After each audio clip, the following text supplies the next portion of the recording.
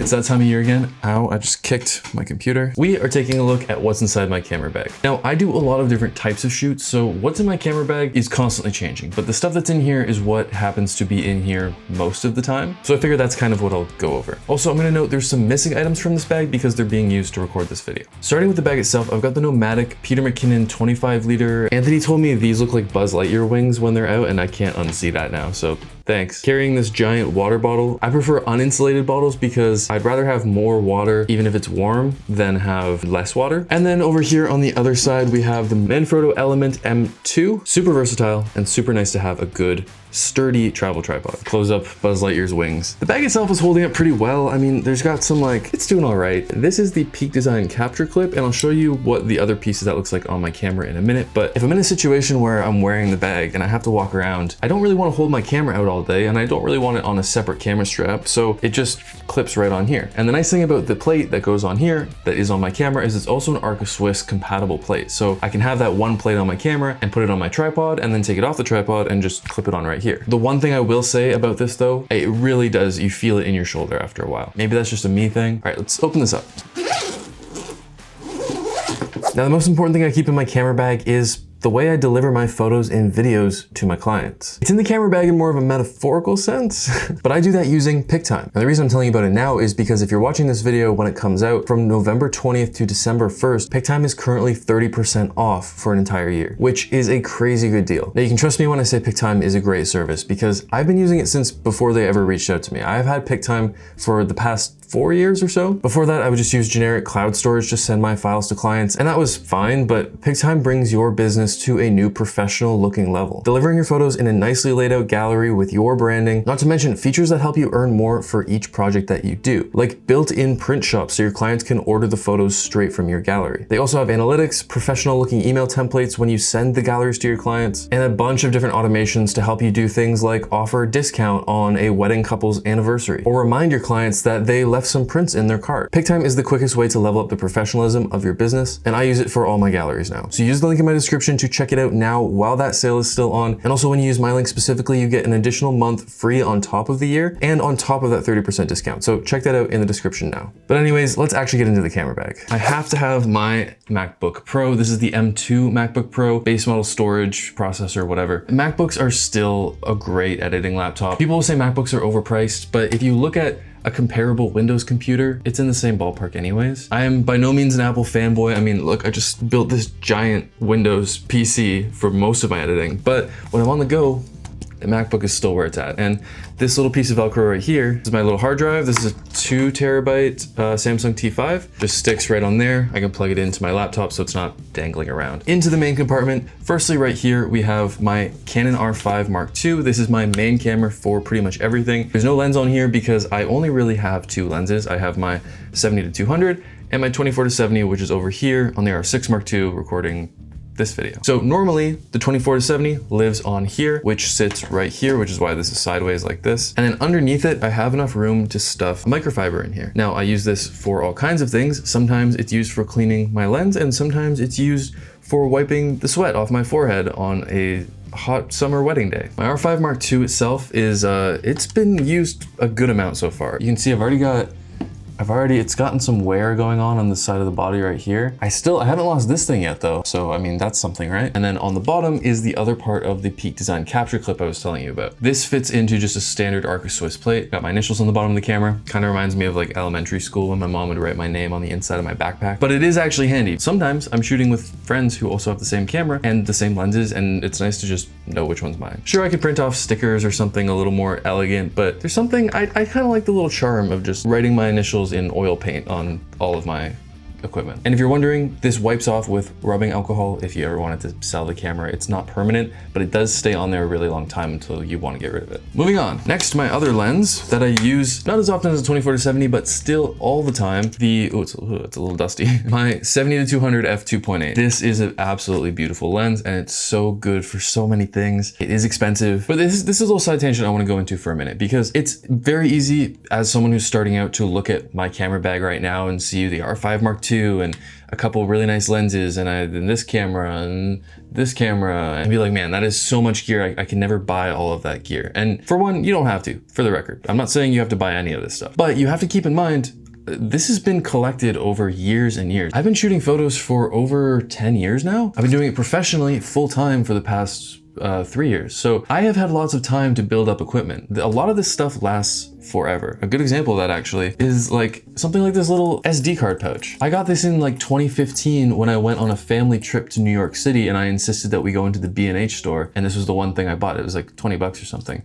I still use it. I've had this lens for 4 years now and it's still going strong. Also, this lens is kind of dusty, but thankfully I have something for that. This is the Nitecore Baby Blower 2, I think it's called. Terrible name aside, it is great for blowing off dust off of things. So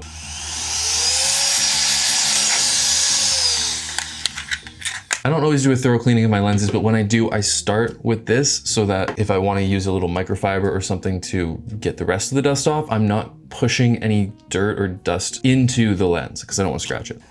I mentioned this briefly. This has all of my extra SD cards in it. I rarely need them anymore though. OWC, Otherworld Computing, makes these memory cards here, and I've absolutely been loving these. So this is a 1 terabyte CF Express card. If I'm not shooting RAW, which I rarely am, a 1 terabyte card I will not fill that up on pretty much any shoot. I can shoot all day and I'm good. So I'm rarely changing out my memory cards these days, but I do have extras because you always need to be prepared. So anyways, little SD card pouch, nothing special, but it's kind of just like a little good luck charm I've had for the past like 10 years. And this thing is also pretty solid too. You can also just use like the classic one of these guys.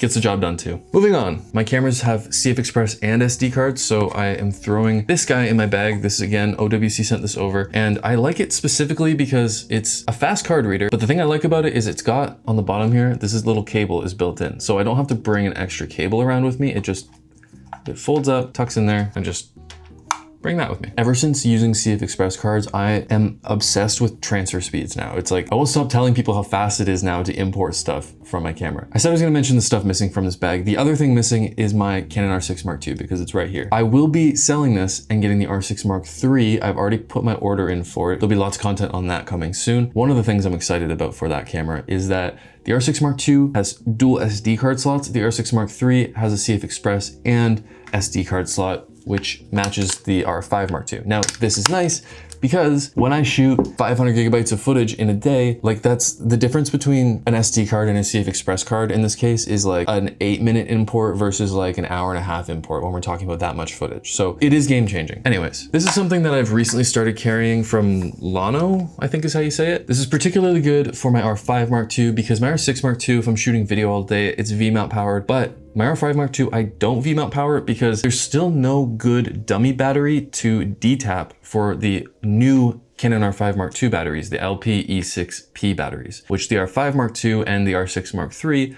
both require to use all of their functionality, which is a whole other side tangent. Which means if I'm shooting like a wedding or a commercial project or something all day, I need to run through a bunch of my just standard Canon batteries. And the nice thing about this thing is it's a battery bank. It can charge, I think, 2.5 batteries before the battery in this runs out.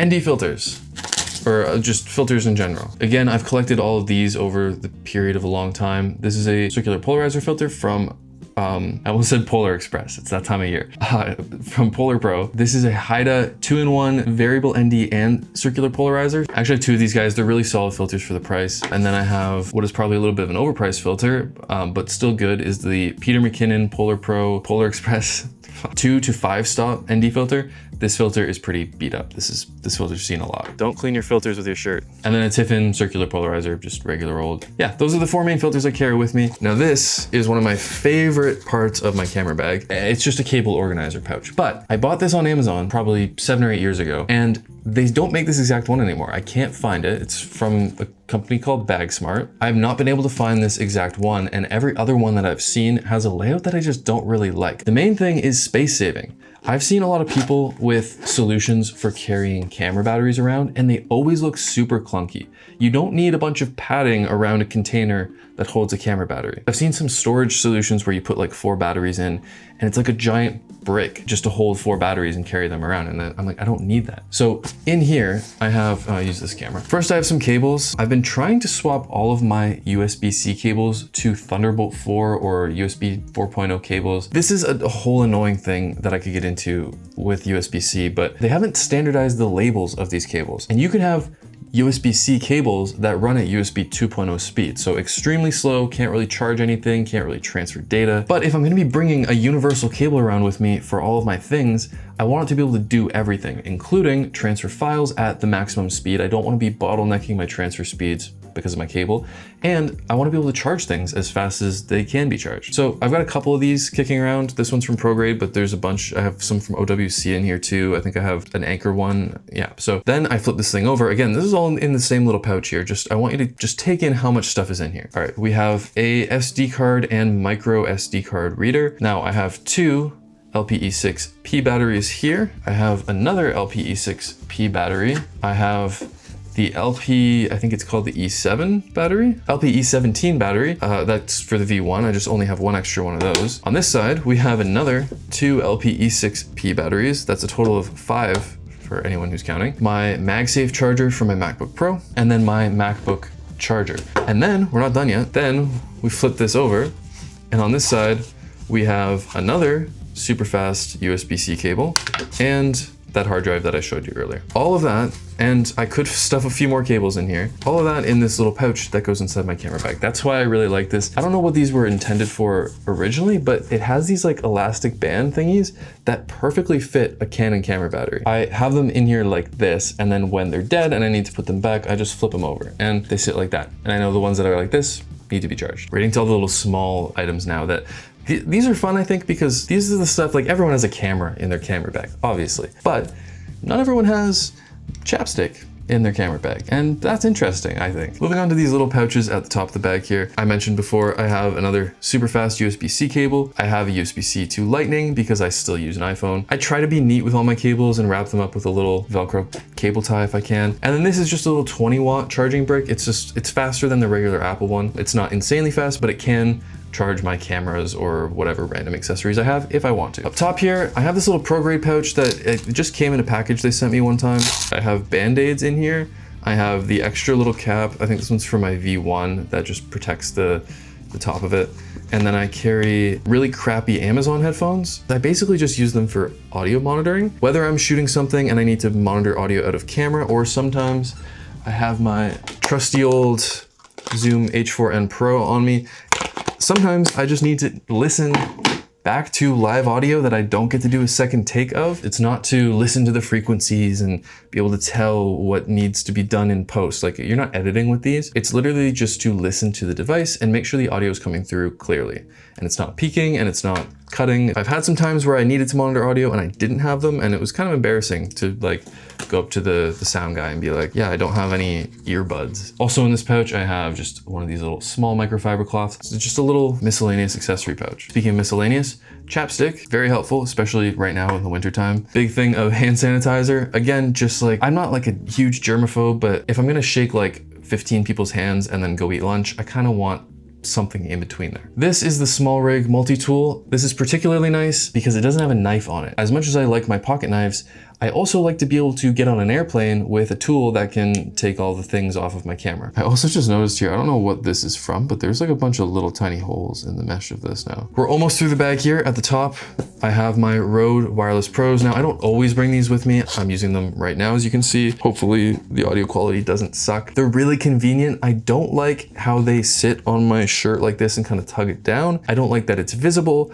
but very convenient. Gaff tape. Again, not always something that's in here, but anytime I'm on any kind of set type shoot, like I'm not bringing this on a hike, but if I'm gonna be setting up like any lighting equipment especially, I always like to tape down the power cords with this. It's like 30 bucks a roll, which is kind of insane for tape, but for me at least, for my use case, it lasts a really, really long time. Now, does your phone die when you leave the house? I can't relate because I have a 24,000 milliamp hour battery bank on me at all times. This is the Anker 737 PowerCore 24K whatever. I bought this one because it has a cool screen on it and it shows you can see like the temperature and like the battery life cycles and stuff, which I think is super cool. I also bought it because it has a much higher output. The USB-C ports on here can output, I think, up to 100 watts, which means I can actually charge my laptop with this while I'm using it. And then lastly, in the top pouch, sometimes it's more full. Sometimes I throw some protein bars or something in there. Right now, I just have my AirPods, which are for editing when I'm using my MacBook. And last but not least, I have a pocket knife. Now, this is usually in my pocket, not necessarily in my camera bag. It's just like a little cheap one. This one was, I think, maybe like 40 bucks when I bought it. It also has a bottle opener on it. It's decent. It's nothing like insanely high end. Very underrated. Carry a knife with you, even if it's not some fancy $300 knife. Actually, I've lost 1 or 2 knives because they've accidentally, hold on, let me show you something about this bag that I don't like. Up here, so they call this the ladder system, right? This can fold back to make this top compartment even bigger. Essentially, that means there is a space between this, what you're seeing here, is not the bottom of the bag. There is a gap down here. And sometimes when I put something in the bag up here, it slides down here. I wonder if there's anything down here right now. No, we're clear right now. And one time I was flying to the States to shoot a wedding. I actually made it to the States with a knife, slid down back here. They checked my bag. I got on the plane with a knife. No one stopped me. And then on the way back, they saw it in the security scanning machine and dug through my bag. And I was like, guys, I don't have a knife in here. I don't know what you're talking about. After literally, I think about 20 minutes of the TSA guys digging through my bag, they found it down back here. And they were like, yeah, we have to take this. And one TSA guy was actually very apologetic. He looked about my age and he was just like, yeah, sorry, man. Like this, if it were up to me, honestly, I'd just let you keep it. But you know, we gotta take it. Honestly, fair. Totally my fault. But the crazy part is that I got on the plane and flew there in the first place with no issue, which that is everything in my camera bag, which probably needs a little bit of a clean now that I take a closer look at it. It's a little bit dirty. Everything in this video here will be linked down in the description if you want to check any of it out. But that's about it. Thank you guys for watching and I'll catch you in the next one.